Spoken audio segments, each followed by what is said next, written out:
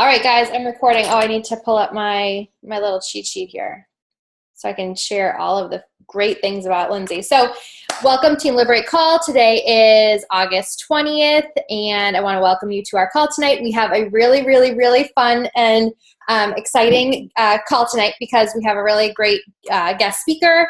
Her name is Lindsay Maloney, right? Is that how I pronounce it, right? Yep. Lindsay and I connected in the Northeast Beachbody group, which actually all four of you are probably in, right? You guys in there? The Northeast Beachbody group. If you're not in there, you should be in there. Message me after the call. I'll make sure you're in the right group. Anyway, I had just started reaching out to some coaches. You know, when a coach reaches a different rank, like the Northeast coordinator guy, he will give us a shout out. And so as people are getting to like 1-star, 2-star, 3-star, I'm like, okay, we can probably connect. We probably have the same, you know, we're probably in the same place in our businesses.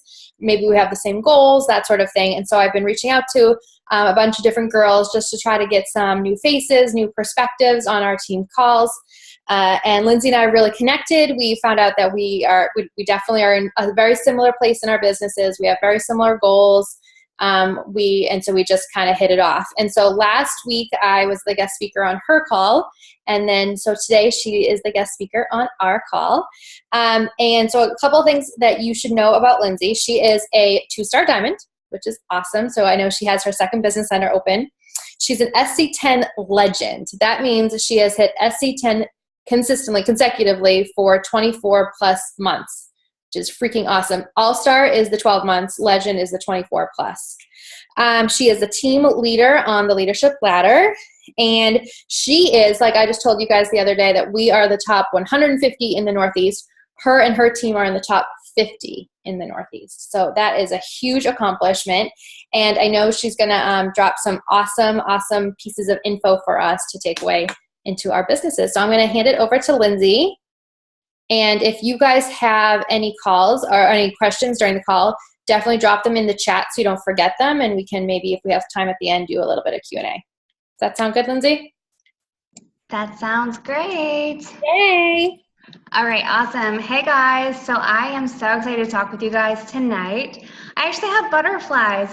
It's funny, I'm so used to talking to my team and it's been a hot minute since I've talked on a team call for someone else, so I really appreciate you guys hopping on and listening tonight. Okay, so before I get to my topic, I just want to tell you a little bit about me so you can understand where I'm coming from. So I like to kind of visualize my life before Beachbody as like kind of doing what everyone expected me to do. So like, I think I was about 8 years old when all of my family told me I'd be a great teacher. And so from that time on, I was like, Lindsay's going to be a teacher. And I don't even think we explored other careers. I knew I liked children, but it was just like what I did. So I went to college, I got my degree, and I started teaching. And time went on, and I did it for 6 years, and it was crazy because every single school year I would get physically ill before I was starting school, and I was just a nervous wreck. And so I worked in a county unit, and we taught preschool special needs, so it was half special needs, half regular ed.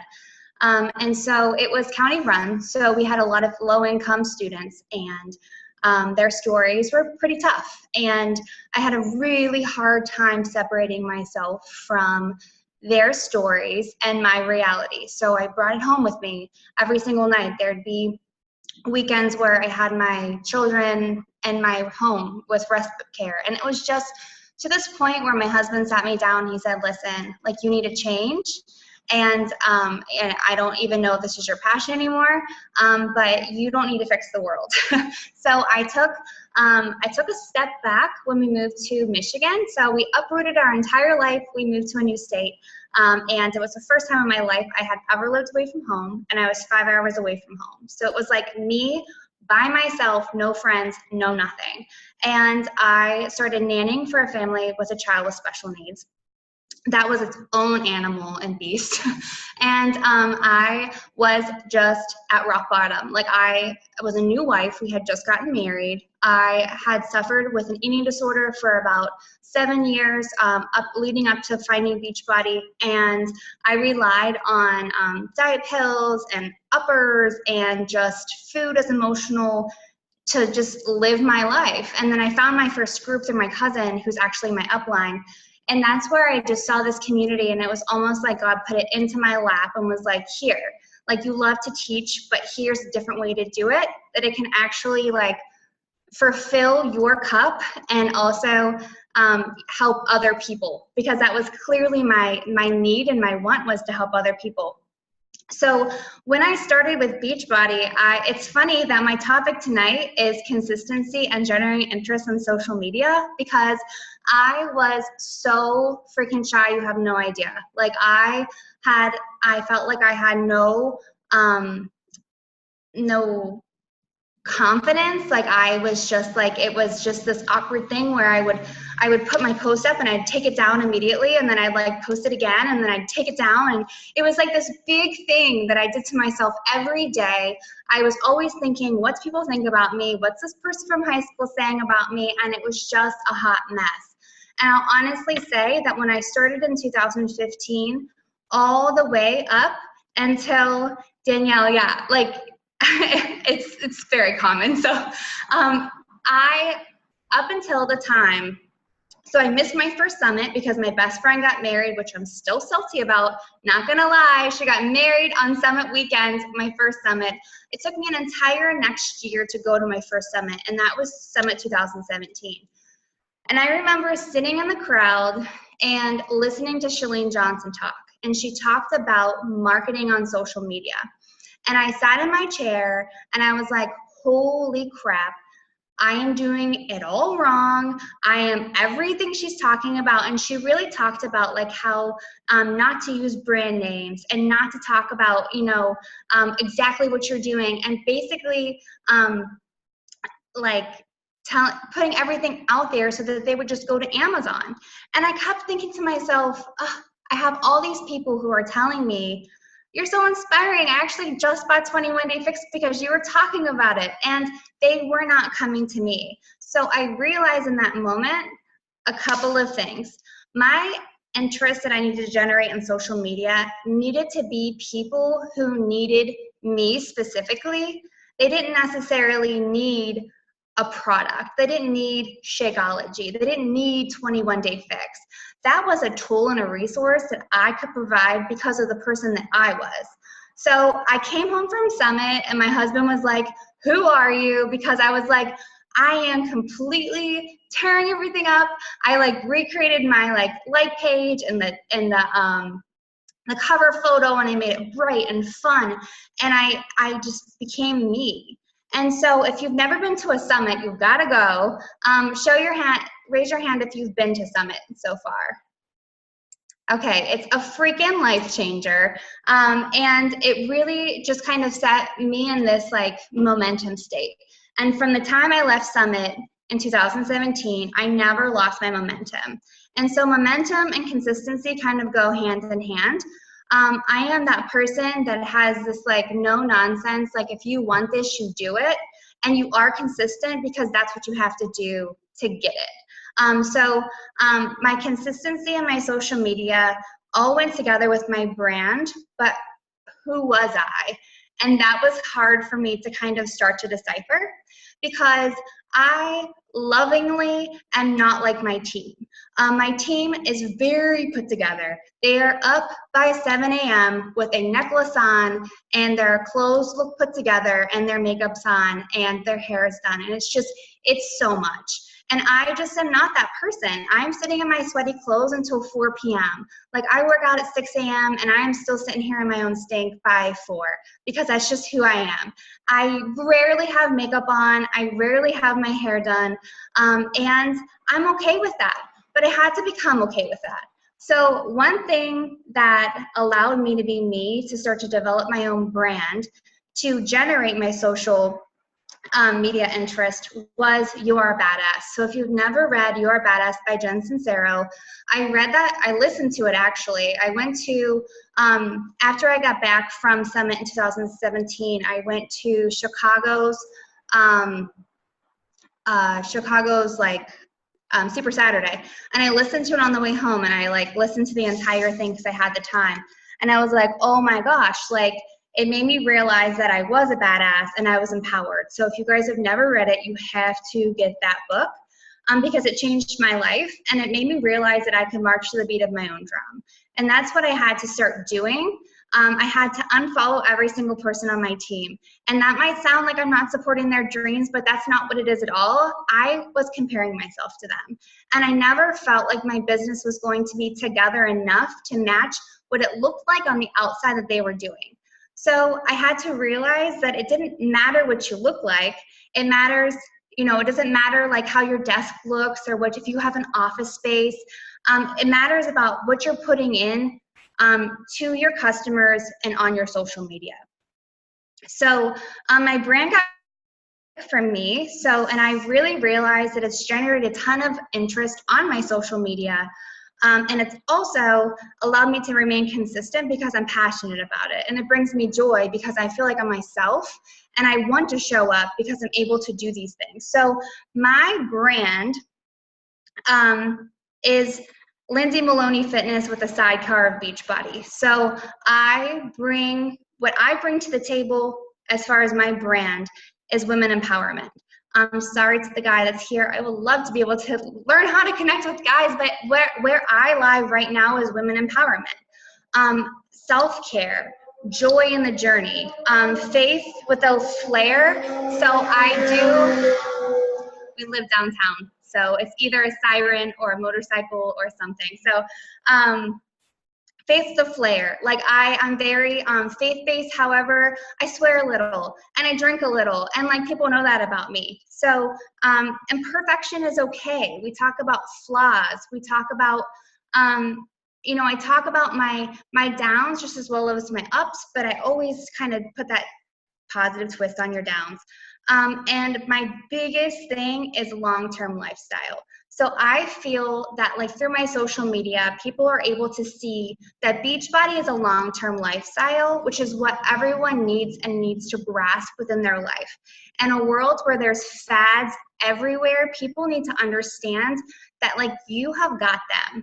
You have the tools and the resources to bring them and start them where they're at and bring them through all the way.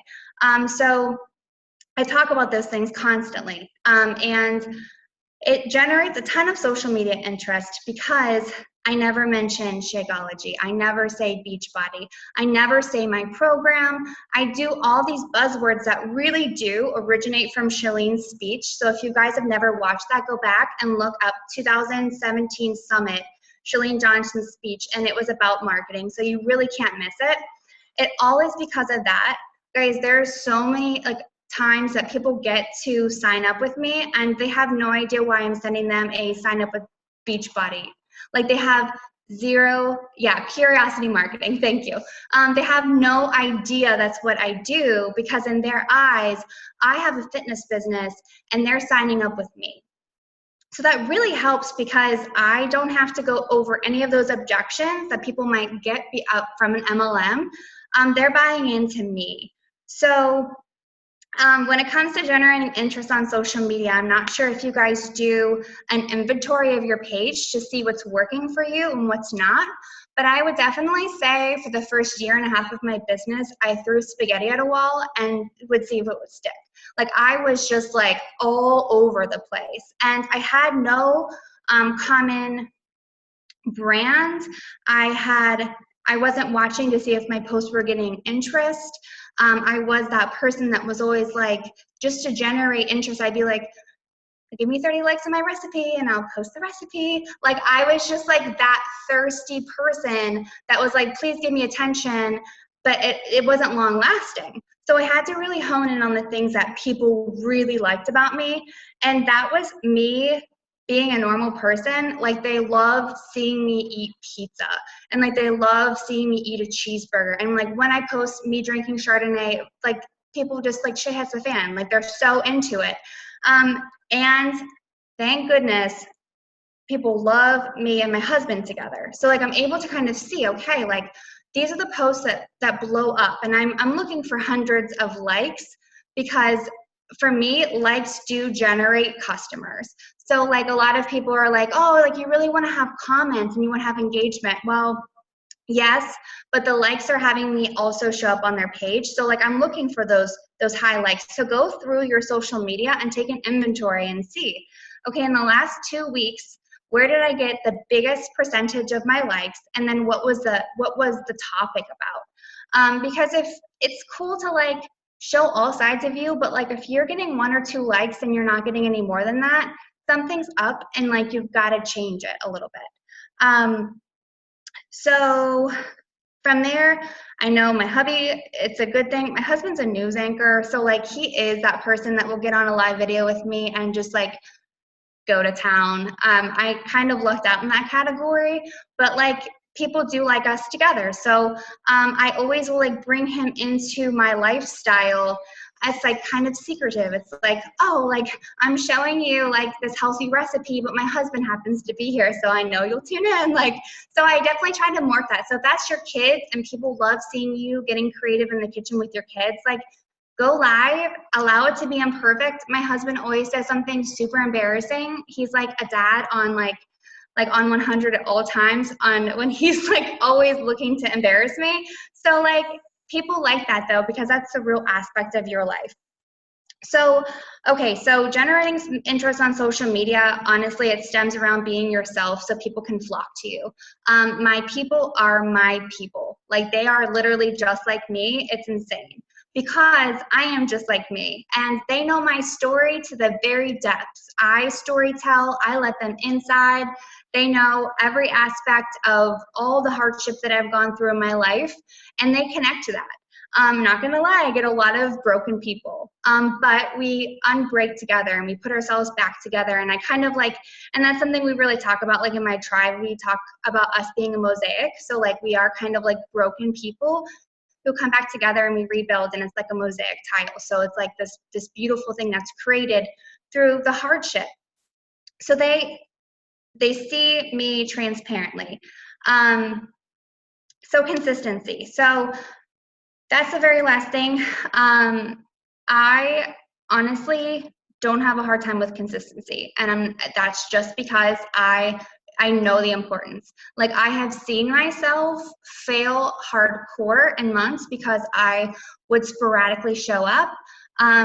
Usually it's around a hard time for me. Like if I'm going through an emotional trial or tribulation, like I tend to not post on social media. So when I recognize that in myself, I just tune into a new form of personal development. So recently I was reading You Are a Badass at Making Money, and it just was doing nothing for me. I loved You Are Badass, but You Are Badass at Making Money was like snooze fest to me. So I picked up Girl Wash Your Face. And in fact, Brooke, I like wasn't even gonna read it, and I hate fad like things. So I'm like, I'm not doing it. Like I refuse to watch This Is Us. I'm that person. And like, so when she said Girl Wash Your Face, I'm like, okay, well like we're pretty similar, so I'm going to go read this book. And it's totally rejuvenating me, and it's my vibe. So if you find that you're not being consistent, kind of like check yourself before you wreck yourself, because it's probably because you are in a rut, and you have to pull yourself out of it so you can get consistent again. So I mean, I do work this as a full-time business. I'm not that person, even as a full-time coach, that I'm saying like I work for 2 hours a day. That's like BS, and I don't even know who works for 2 hours a day, but it must be nice. But Brooke's like, I do. No, it takes work, guys, but that consistency has paid off. In 3 years, I took a 4-year degree and surpassed it. Like, it's amazing what you can get out of something with such, honestly, not that much put into it. Like, it's just those common, consistent things that you do every single day. Like, posting on your social media is not hard. Like, oh my gosh, think about all the things people are going through in their life right now. And we're like, I can't post on social media. Like, that's such a first world problem. We definitely can do that. And, you know, we're taking care of ourselves every single day. So we're remaining accountable by doing that. If you have a challenge group, you should be able to take the content that you're putting into your challenge group and literally just post it on your social media. Like, that's literally what you're already doing. Copy, paste, put it on your social media. So if the consistency part is something because of your schedule, don't recreate the reel. Think smart, you know, just take the content and put it right onto your social media that you're posting into your challenge group. And you got to find the joy. If you are feeling like you literally don't know why you're a coach, if you don't know your why, take a step back. I have a couple people I had a girl on my call after listening to Brooke, as amazing as she did. I had literally 7 people who were like, woohoo, like this is exciting. Like, I just saw somebody that looks like me and I want to do this. And then there was a girl who was like, I just don't know my why. Like, if you're that person and you kind of like just don't know your why, it's not wrong for not knowing your why. Your why constantly changes and it always evolves, but you have to take a step back and figure out your own joy in this journey. Because without it, you can't help yourself, you can't help others, and you can't remain consistent, and you can't generate interest because you're not able to put out those positive vibes. I don't have, I feel like I went through my entire list. So at this point, like, I guess if anybody has like feedback or questions, or if you need something like more narrowed down to like what I do per day, I'm more than happy to answer anything. No, that was awesome. So, did you ever coach while you were working? Yes, I did. So how does that look different? You know, because I know we have some people on here that do work or that, you know, have busy mom life, and like, how do you? So it's interesting because when I went full time, well, I worked as a nanny. So I worked from 7 to 5 every single day, and I had a half-hour commute each way. So like, I was waking up at 4 just to do my workout. I went to work with my hair in a wet, messy bun every single day, and I would put in about an hour, 45 minutes to an hour of time every morning, because to me mentally, like, I need to check that off the list. Mm-hmm. So I would go in and I would engage in my groups, I would answer my messages, and I would send out invites. And those were the 3 things that I would do right then. Whenever I was with the kids, it was kind of like a mom lifestyle. Like, I watched 3 children, but like, I had time. Like, the parents weren't home. Like a normal person, I would like answer messages throughout the day.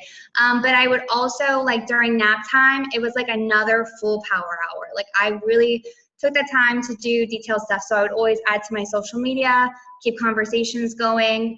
I would always make a post. At that time, like, you had to do like Hootsuite or whatever. You had to pay for that one site to schedule your post. So I would schedule a couple posts for like during the week, and just use that time. But I kind of also worked a little too much sometimes. Like, I had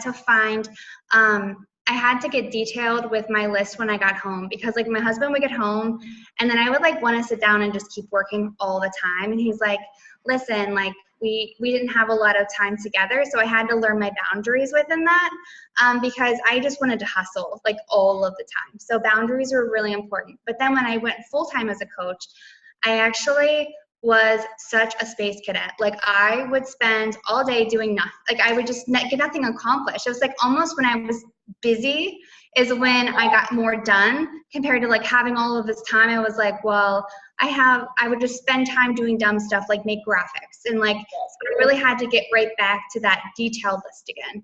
And that's when that probably really happened at the beginning of this year, where I was like, okay, girlfriend, like, you kind of suck right now. Like, you've got to get back to like your consistency. So yeah. Good.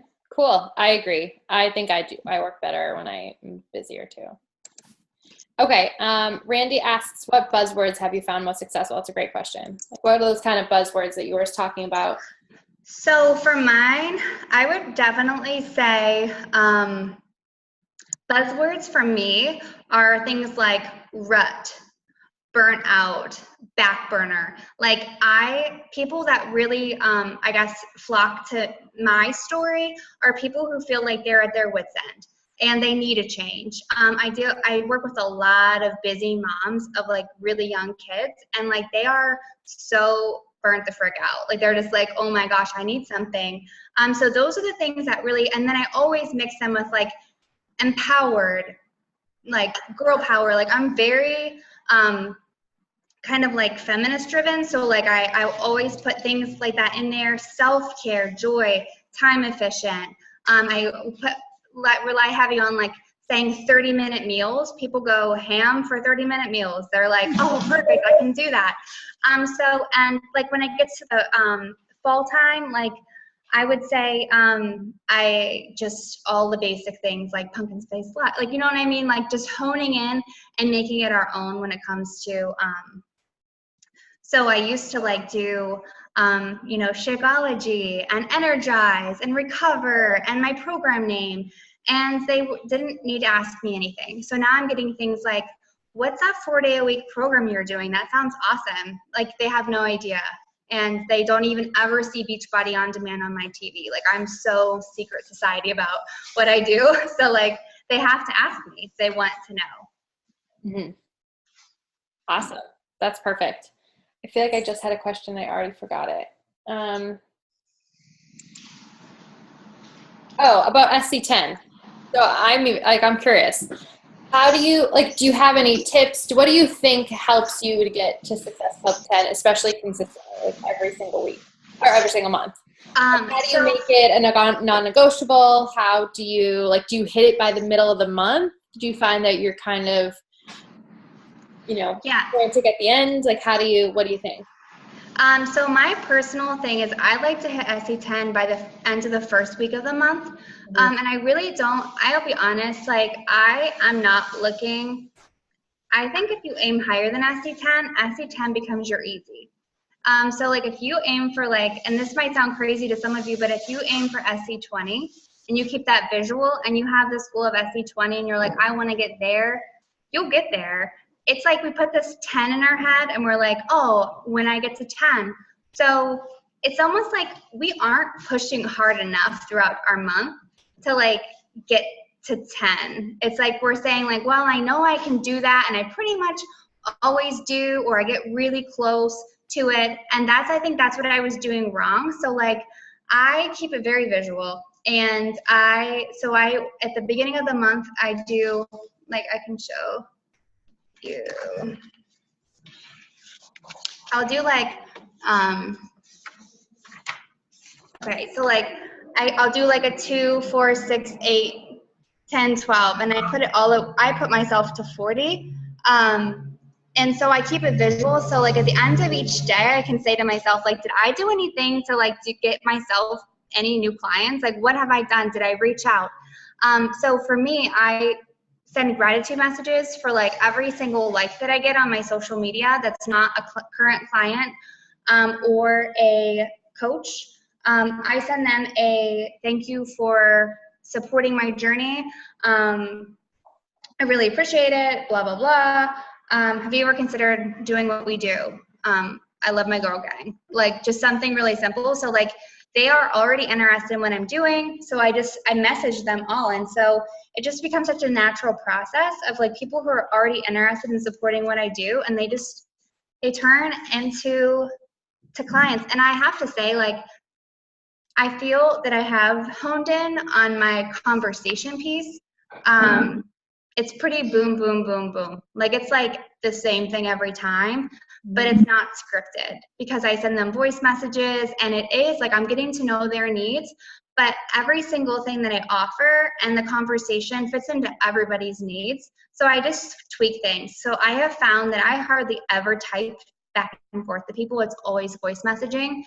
And I have almost it's 80% success rate from voice messaging. So if you guys don't utilize that feature, it's pretty amazing because they can hear your passion. You're not just typing to them anymore.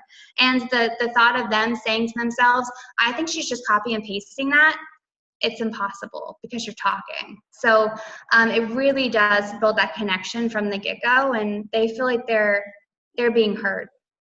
Do you feel like people, well, it's not if you feel like, do people respond back with a voice message, or do they type back typically? They typically type back, but I would say, like, I have a couple people who will voice message back, which is always cool because I'm like, oh my gosh, like, I love you because you like took the time to do that. But a lot of people don't understand how to do it. So they're like, wow, this is a cool feature. Like, she's able to voice message me, but they have no idea like how to actually do that themselves. So I think that's more or less the reason why they type back, because they're like, whoa. Okay. Or they're like, or kind of like how I feel when people want to call me on the phone and I'm like, no, thank you. I think that they kind of like, a lot of people like to have that disconnection of typing too. Right. So they'll just write back if they don't want to. Yeah. Yeah. So is it a daily task for you every single day to send a thank you message from like the day before? Yes. Yeah. I do that every day and I pick at least 10. So like sometimes I'll do them all. Not always, no, because it's pretty much like a lot of times it is the same people. Right. So like, I mean, you can only do so much, but like, I'll pick 10 because like I want it to still be genuine and I want to feel like it's coming from my heart in some capacity. Yeah. Knowing that I'm probably going to hit them again throughout the rest of the week or within the month anyway, because they're probably going to like my post again. Once they've started to show interest, that's a pretty consistent thing. Mm-hmm. But the cool thing is like when you're able to like start to track that, like you start to see, oh, that person from high school is like every single one of my posts this week, where otherwise you would have missed that. And it's like they're waiting for you to invite them compared to like them being strong enough to like reach out to you. So you track the people who are liking your stuff? Yeah. So what I do is it just depending on like, if it's a crazy post, if I have like 120 likes, I'm not going to go through and write down all of the names, but I'll pick like 10 to 15 names to write down and I'll have a continuous list that goes like Monday through Friday. But I'm able to kind of recognize, it's crazy. Like even if you see 50 likes, like you're going to remember like the names. It's funny how like easily you connect and like, oh, they liked that before. And then as soon as they respond back to me, I highlight their name. So like, that's how I'm able to see that we have a conversation going. One last thing about this Success Club, I would honestly say a lot of them are referrals too.